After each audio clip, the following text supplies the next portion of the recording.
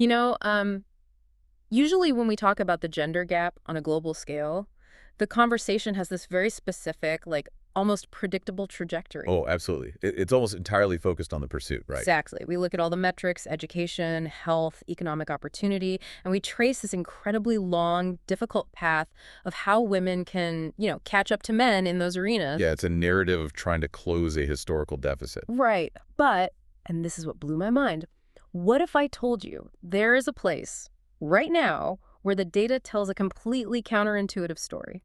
A scenario where, according to the numbers, women's baseline development levels haven't just caught up to men's, but have actually surpassed them. I mean, it forces a complete reevaluation of how we measure societal progress, honestly. Hmm.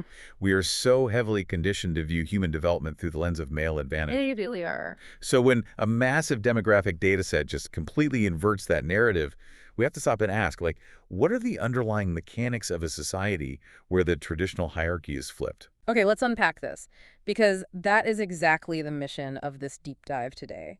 We are undertaking a comprehensive 33-year analysis of human development and gender equality in Latvia. Which is just a fascinating case study. It really is. We're looking at an incredible stack of data pulled directly from the United Nations Development Program, tracing the evolution of this country from 1990 all the way to 2023.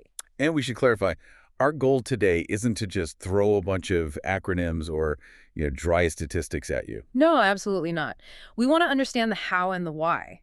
Like, how does a modern European nation achieve world-leading development while simultaneously harboring this deep internal demographic imbalance? Right. And what makes this specific 33-year data span so phenomenal is that it functions almost like a societal stress A test. stress test. I like that. Yeah, because we aren't just taking a static snapshot of a wealthy country. We are looking at a society that has endured massive historical shocks, completely restructured its economy, and forged a totally new path.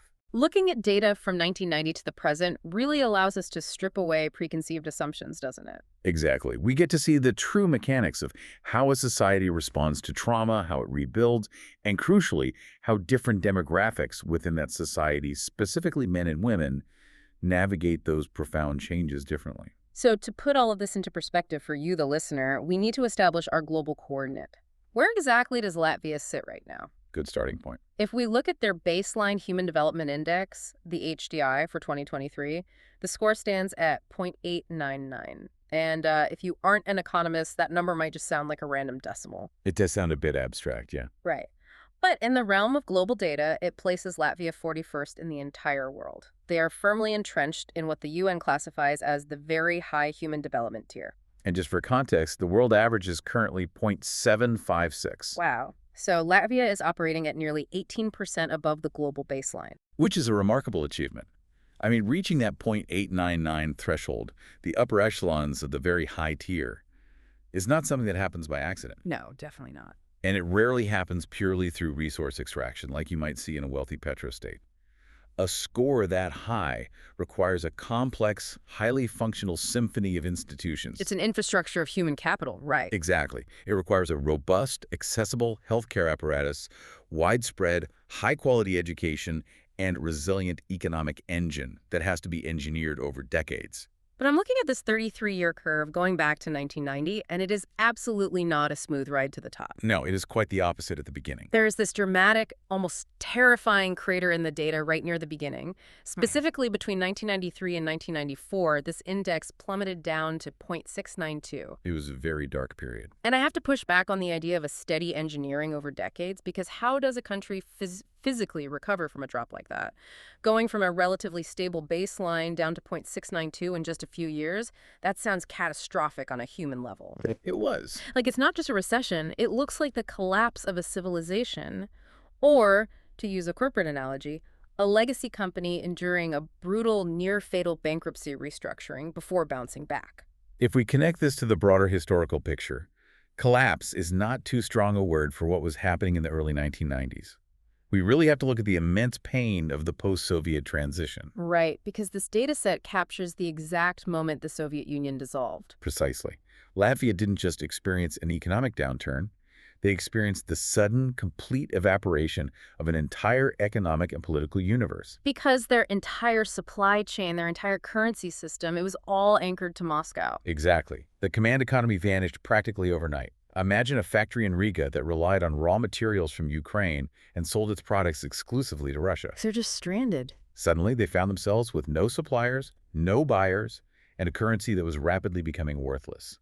That 1993 to 1994 low point of 0.692 represents the absolute nadir of shock therapy economics. So you're talking hyperinflation, the complete collapse of state-owned enterprises. Massive, unprecedented job losses, and the total dissolution of the social safety net. People lost their life savings in a matter of days. The predictability of daily life was just shattered. So mechanically, how did they get from that traumatic low point back up to this world-class 0.899? If your entire societal infrastructure has been wiped off the map, you can't just flip a switch and become a high-functioning European economy. You rebuild from zero, but you rebuild with a radically different blueprint. The recovery was driven by a monumental pivot toward the West. Integrating with European markets. Yes, Latvia had to aggressively and rapidly modernize its legal and financial frameworks. They had to create private property rights, a new banking sector, and a new currency system, essentially from scratch. That's a monumental task. It is, but more importantly, and this ties directly into why their development index is so high today, they invested heavily in human capital. They recognized that their greatest resource wasn't heavy industry anymore. It was an educated, adaptable populace. Which led to that steep, highly resilient upward trajectory over the next 3 decades. Culminating in their accession to the European Union, yes. And for you listening, I think it's vital to remember that these massive macroeconomic trends aren't just abstract lines on a graph. They dictate the reality of your daily life. Oh, entirely. Like, a dropping development index means your local hospital doesn't have basic surgical supplies, your neighborhood school can't afford to pay its teachers, and the money in your wallet loses its value by the hour. Right, it trickles down to everything. Conversely, that resilient climb back up to 0.899 means that a generation of Latvians grew up watching their standard of living radically transform. They watched the safety net being woven back together. It is the story of a society deciding exactly what kind of future it wants to inhabit, and then doing the grueling generational work of constructing it. And to understand how they achieved it, we need to dissect the mechanics of that 0.899 score. Let's do that. Let's look at the foundational pillars that make up this index: a long and healthy life, access to knowledge, and a decent standard of living. The big three. For Latvia, in 2023, the baseline data is fascinating. First, life expectancy. The average in Latvia sits at 76.2 years. The world average is 73.4. So they have a solid structural advantage in sheer longevity. Yes, a nearly 3-year margin above the global baseline. That reflects a highly competent public health infrastructure, good sanitation, and a functional medical system that can, manage chronic diseases effectively. Then we look at the economy. The gross national income per capita adjusted for purchasing power is nearly $38,000. Which is very strong. When you compare that to the global average of roughly $20,327, you can see the economic engine humming. They are generating almost double the global average of wealth per person. Which is a direct testament to that painful transition we just discussed. They moved away from heavy, inefficient state-run manufacturing and successfully integrated it into the high-value European service and tech markets. But here's where it gets really interesting. We hit the education metric. Ah, yes, the standout statistic. The mean years of schooling in Latvia is 13.4 years. The world average is roughly 8.8 years. That's a massive gap. Latvia isn't just beating the global average, they're absolutely dwarfing it. They have a 52% advantage over the rest of the world in formal education. Why is a country of less than 2 million people prioritizing schooling to this extreme degree? It's like a video game character putting all their skill points into the education stat. That's a great way to put it. And they do it because education is the ultimate multiplier in human development.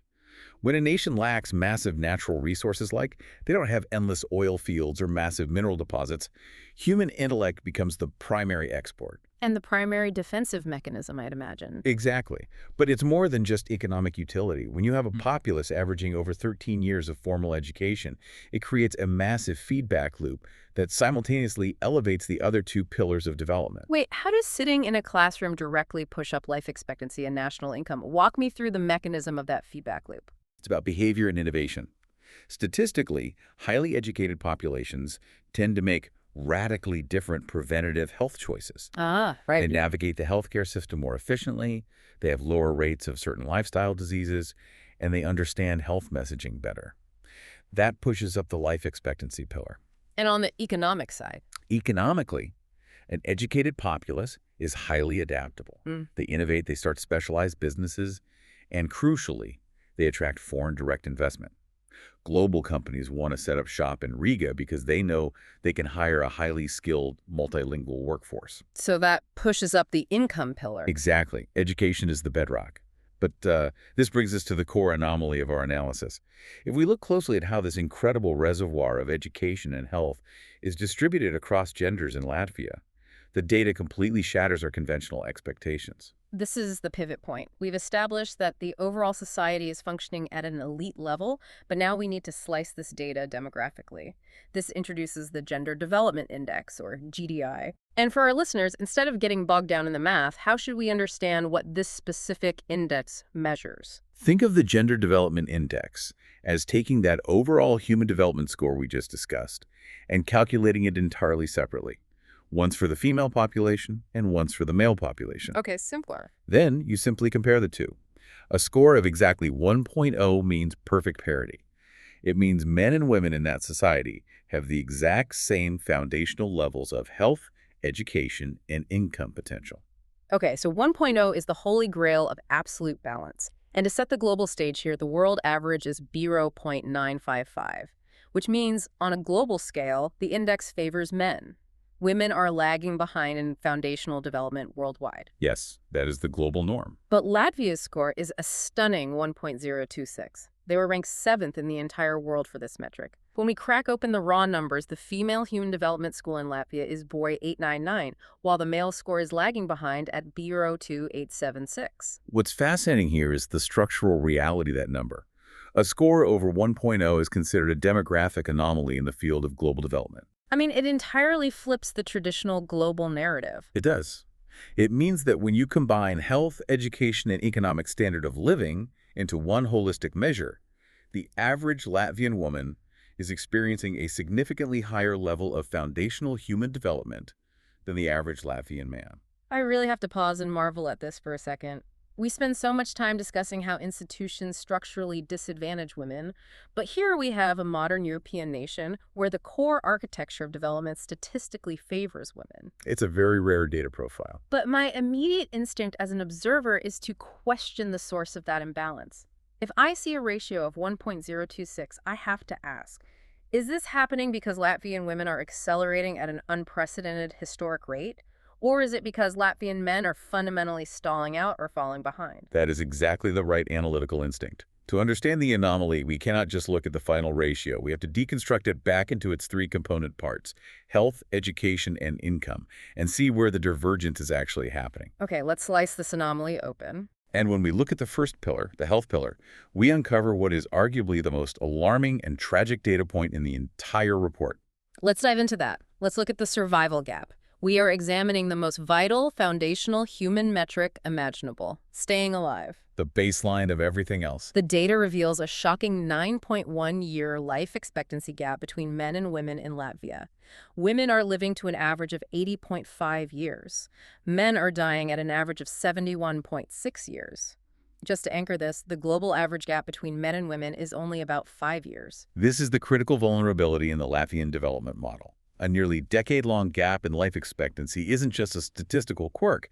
It is a profound societal fissure. I need to push back on this heavily. A whole decade. Are we looking at some kind of biological inevitability here, or is this a massive systemic societal failure? It leans heavily toward the latter. Because I want you, the listener, to actually visualize what a society looks like when a massive portion of the male population simply vanishes a decade earlier than their female counterparts.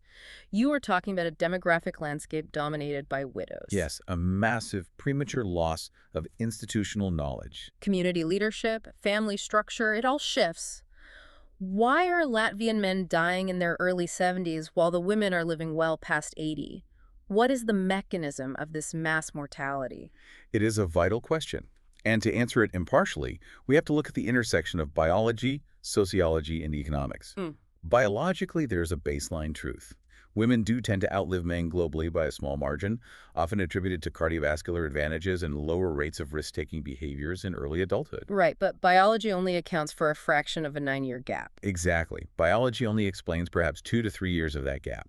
A 9.1-year gap points directly to behavioral, occupational, and deeply ingrained cultural factors. So the environment is essentially neutralizing their overall development advantages.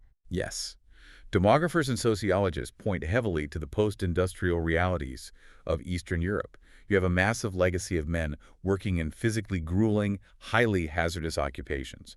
We're talking heavy manufacturing, long-haul transport, dangerous construction, and legacy agricultural roles. Jobs that just break the body down. Precisely. This physical labor extracts a brutal toll on the human body over a 40-year career. So a significant part of this is sheer physical wear and tear on the male workforce. Wear and tear, combined with a deeply entrenched culture of stoicism. In many transitioning economies, traditional male gender roles actively discourage seeking early medical intervention. The whole tough it out mentality. Exactly. There is a cultural expectation to just ignore the pain.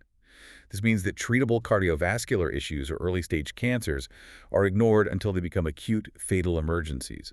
And this is exacerbated by significantly higher rates of smoking and alcohol consumption among men in these cohorts compared to women. I would imagine that ties directly back to that 1990s crash we discussed earlier. Absolutely, it does. The psychological stress of the rapid economic transition in the 1990s, the sudden loss of status, the evaporation of stable breadwinner roles, the hyperinflation, it disproportionately impacted the mental and physical health of working-age men at the time. That makes a lot of sense. We saw a huge spike in what sociologists call deaths of despair.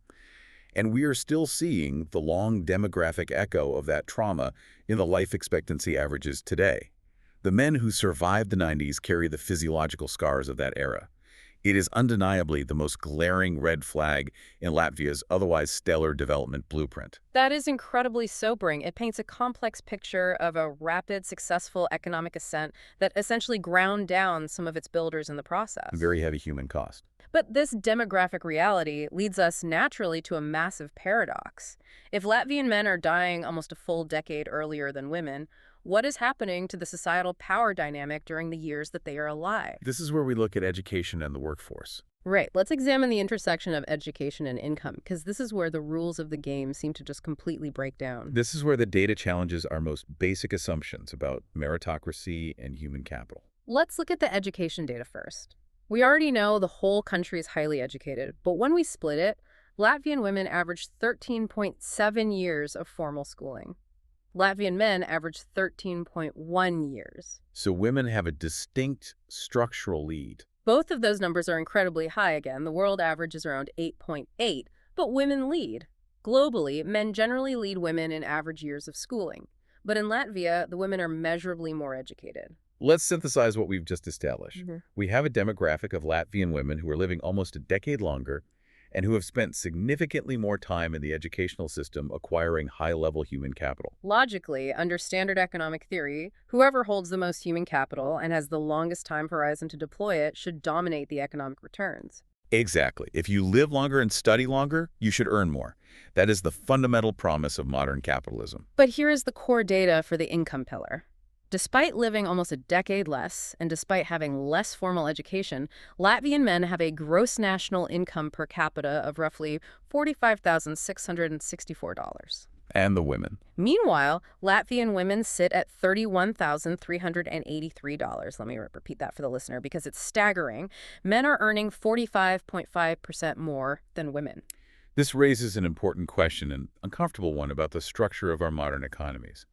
How does a clear statistical advantage in education and lifespan completely fail to translate into economic dominance? To me, it feels like we're watching a marathon. One runner, representing the women, has invested in better shoes, a specialized diet, and years of extra training. That's their superior health and education. Right. The other runner, representing the men, shows up with less training and maybe a lingering injury, but somehow the men get a massive shortcut on the route to the prize money.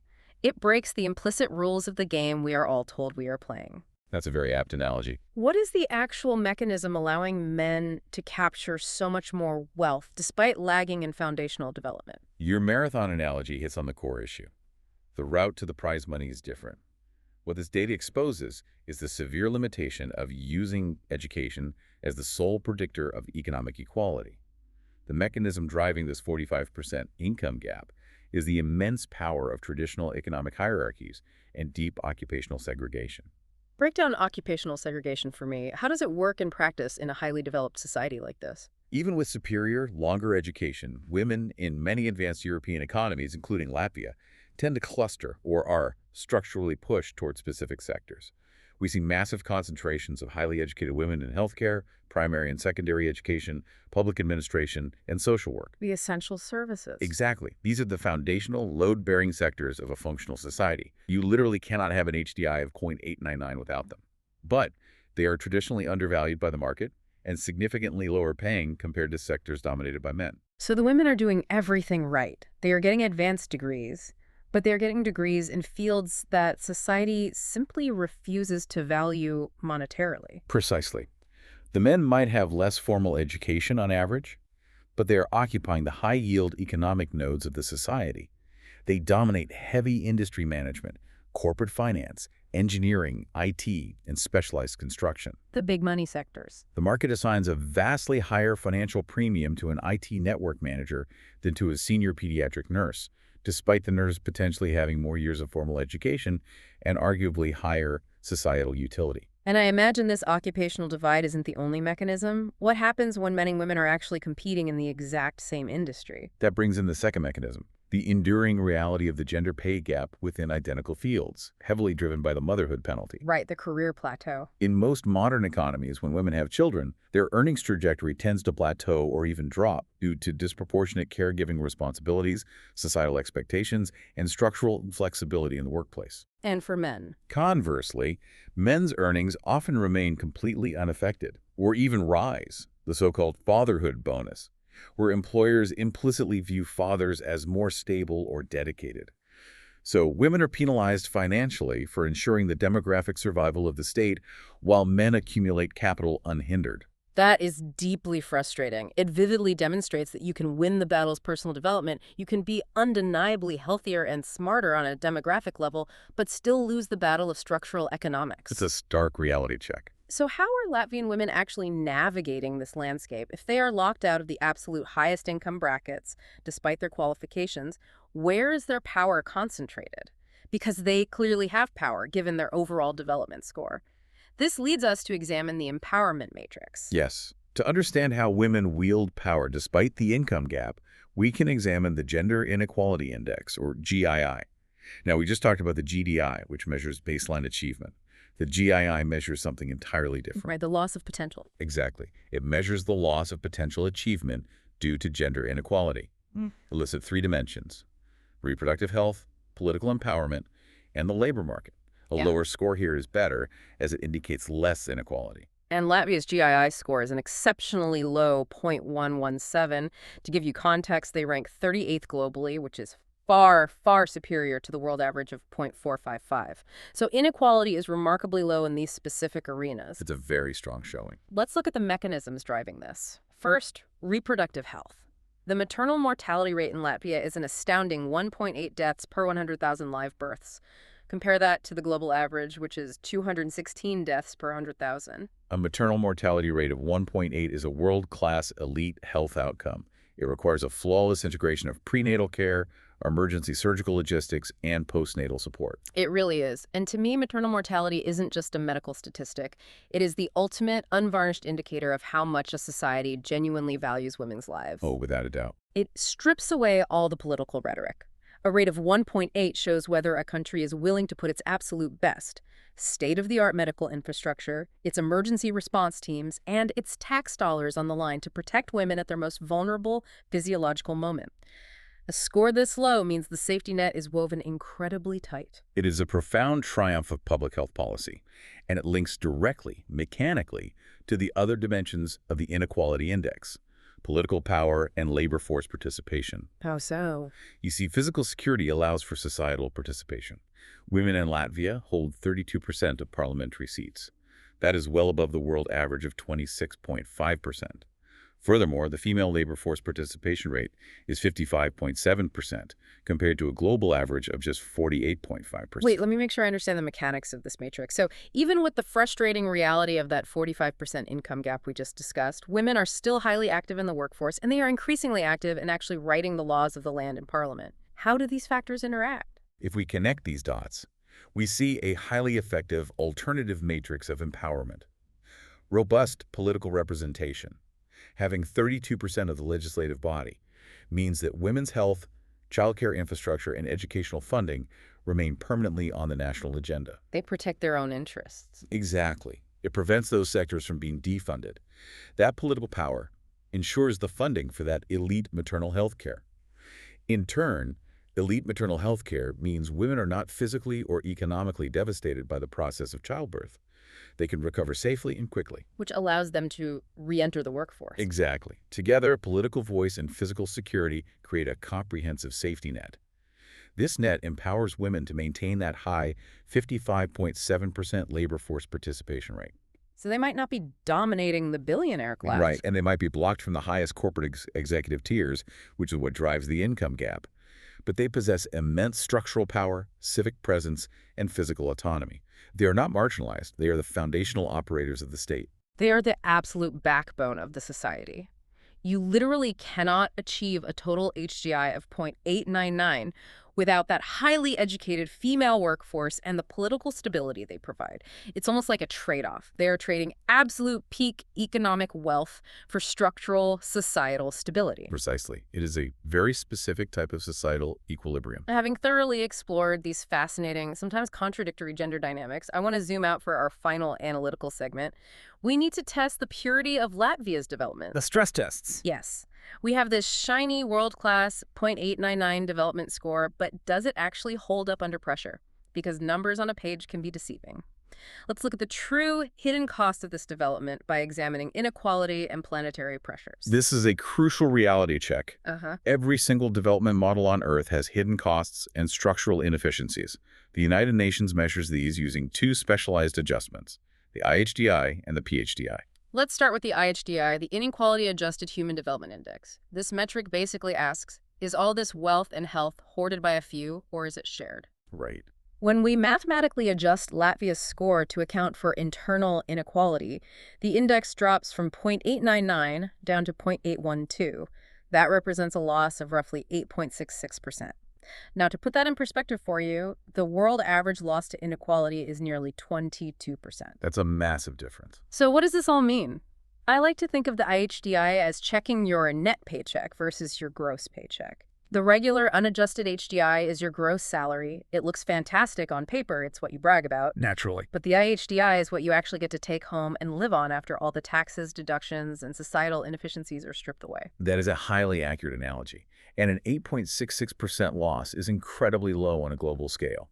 It indicates a highly egalitarian society in terms of foundational access. So it's not just concentrated in the capital. No, it means that the world-class education and healthcare we've been discussing aren't just reserved for a wealthy elite in Riga.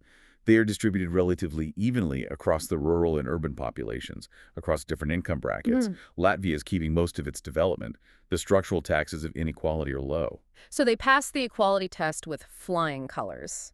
But the second test, the PHDI, asks a much more existential question. Yes, the planetary pressures adjusted HDI. This asks, what is the environmental cost of maintaining this high standard of living? Right. And when we adjust the score for the environmental impact of the Latvian lifestyle, the score drops down to 0.749. Now, historically, this is the exact moment where highly developed, wealthy countries completely plummet in the global rankings because high development almost always requires massive pollution. Usually, yes. But Latvia actually rises 5 spots in the global rankings when we apply the planetary pressure adjustment. They move up to 32nd place. Which is a remarkable achievement. It proves that their specific model of development is significantly greener and more sustainable than many of their peer nations in the very high development tier. The data shows that their carbon dioxide emissions are a very reasonable 3.56 tons per capita. That is actually well below the global average of 4.54 tons. That's excellent carbon control. But, and as I look deeper into the data, there is a massive risk point hiding here. Their material footprint is an enormous 24.1 tons per capita. Ah, yes, the material footprint. To keep my financial analogy going, if the inequality adjustment is checking your net paycheck, the planetary adjustment is like looking at the credit card bill you rack up to maintain your lifestyle.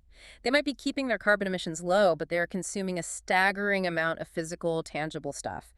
What exactly makes up a 24-ton material footprint?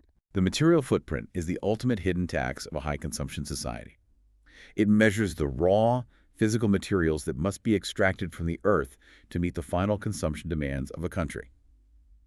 We are talking about biomass, fossil fuels for non-energy uses, metal ores for electronics and vehicles, and non-metallic minerals for construction and infrastructure. So it's the sheer physical weight of their lifestyle. Exactly. Yeah. A footprint of 24.1 tons per capita means that to maintain their high-speed internet, their modern hospitals, their roads, and the consumer habits, they are drawing heavily on global resources. Their carbon control is excellent, though. It is, likely due to a very smart energy mix, heavily reliant on renewables and less dirty, heavy manufacturing. But their sheer resource consumption remains a significant environmental vulnerability. They're importing a massive amount of the Earth's finite resources to maintain that 0.899 lifestyle. It's a vital reality check. You can't just look at the shiny development number and applaud. You have to look at what it literally takes to buy that number from the planet. Which brings us perfectly to our conclusion. Let's synthesize everything we've uncovered today. Let's do it. If we were to hand the Latvian government a global report card for the year 2023, it would be stellar, but with a few glaring, flashing red flags. Globally, out of nearly 200 nations, they rank 7th in gender development, 32nd in planetary adjusted development, 38th in gender inequality, 39th in inequality adjusted development, and 41st in overall human development. If we were to summarize the core takeaways of what we might call the Latvia model, it would look like this. We are observing a system of very high, incredibly resilient human development that is fundamentally driven by female advantages in health and education. The backbone. Yes, the structural stability, political presence, and highly skilled labor provided by women are immense and foundational. However, the model contains a critical, tragic weakness in the form of a 9.1-year deficit in male life expectancy. And the income gap. Furthermore, it harbors a persistent, traditional economic hierarchy that keeps women earning 45% less, despite their obvious educational dominance. Environmentally, it serves as a model of excellent carbon efficiency, but warns of the dangers of massive physical material consumption. Looking toward the future, let's say the horizon of 2030, the data outlines some very clear and non-negotiable interventions. If you are a policymaker or a sociologist looking at this UN data, your mandate is obvious.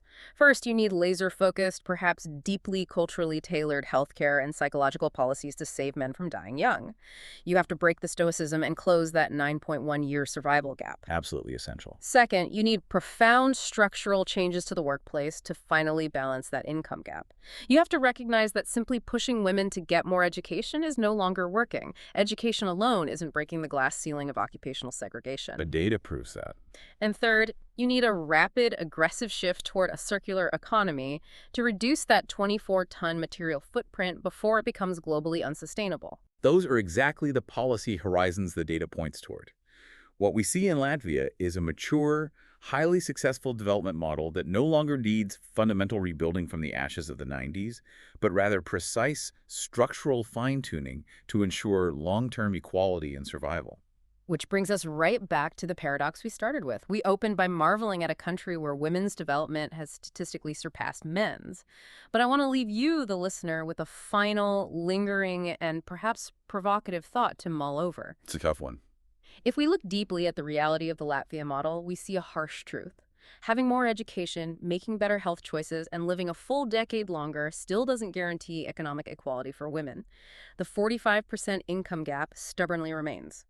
So if health and education, the very foundations of human development as we know it, aren't the ultimate equalizers we always thought they were, what is the real currency of economic equality in the 21st century? It forces us to look beyond the classroom and the clinic. It forces us to look directly into the boardrooms, the hidden algorithms of the market, and the invisible societal norms that dictate exactly whose labor we value and whose labor we just take for granted. Exactly. Something to think about the next time you hear someone say that getting a better degree is the only key to equality. Thank you for taking the time to join this deep dive into the underlying mechanics of human development.